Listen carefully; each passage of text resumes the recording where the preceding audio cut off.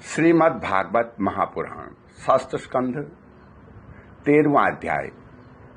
इस अध्याय के अंतर्गत आज आप सुनेंगे इंद्र पर ब्रह्म हत्या का आक्रमण।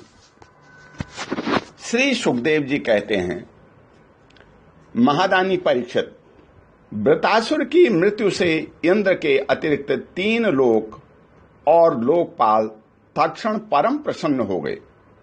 उनका भय, उनकी चिंता जाती रही।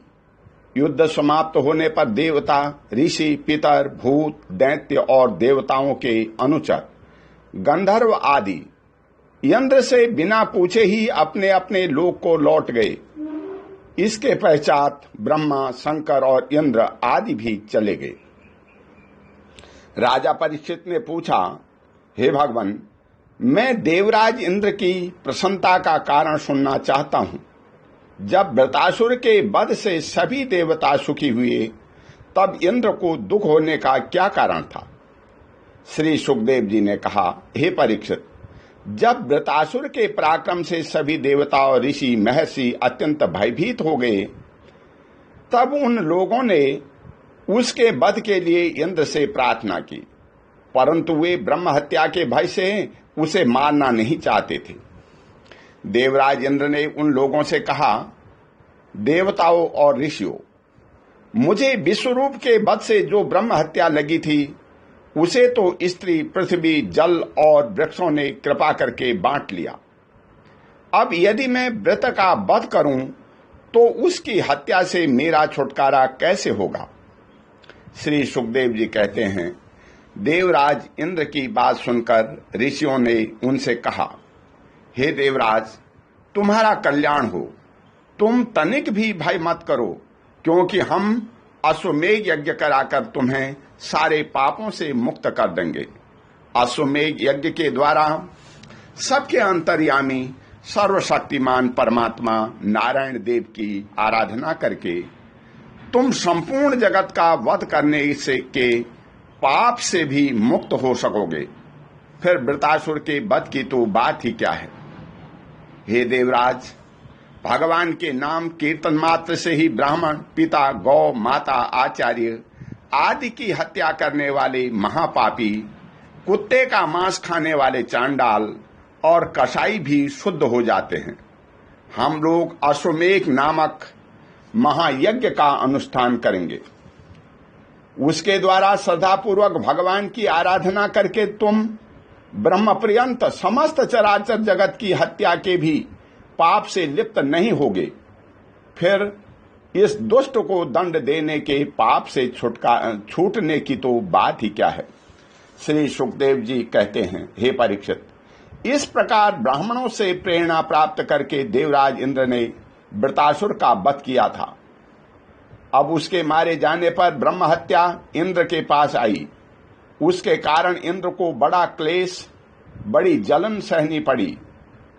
उन्हें एक क्षण के लिए भी चैन नहीं पड़ता था। सच है, जब किसी संकोची सज्जन पर कलंक लग जाता है, तब उसके धैर्य आदि गुण भी उसे सुखी नहीं कर पाते। देवराज इंद्र ने देखा कि ब्रह्म हत्या साक्षात चांडाल के समान उसके पीछे पीछे दौड़ी आ रही है। बुढ़ापे के कारण उसके सारे अंग कांप रहे हैं और क्षय रोग उसे सता रहा है। उसके सारे वस्त्र खून से लथपथ हो रहे हैं। वह अपने सफेद सफेद बालों को बिखरे ठहर जा इस प्रकार चिल्लाती आ रही है। उसके श्वास के साथ मछली की सी दुर्गंध आ रही है, जिसके कारण मार्ग भी दूषित होता जा रहा है। हे राजन, देवराज इंद्र उसके भय से दिशाओं और आकाश में भागते फिरे।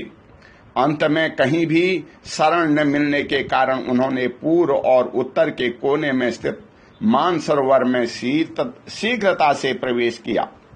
देवराज इंद्र मानसरोवर के कमलनाल के तंतुओं में 1000 वर्षों तक छिपकर निवास करते रहे और सोचते रहे कि ब्रह्म हत्या से मेरा छुटकारा कैसे होगा।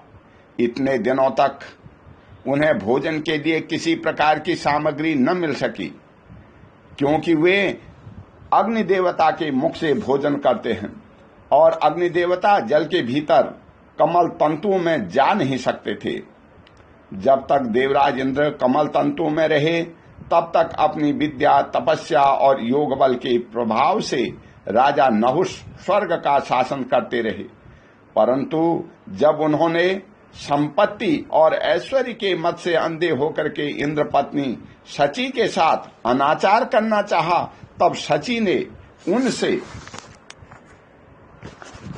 ऋषियों का अपराध करवा करके उन्हें साप दिला दिया, जिससे वे सांप हो गए।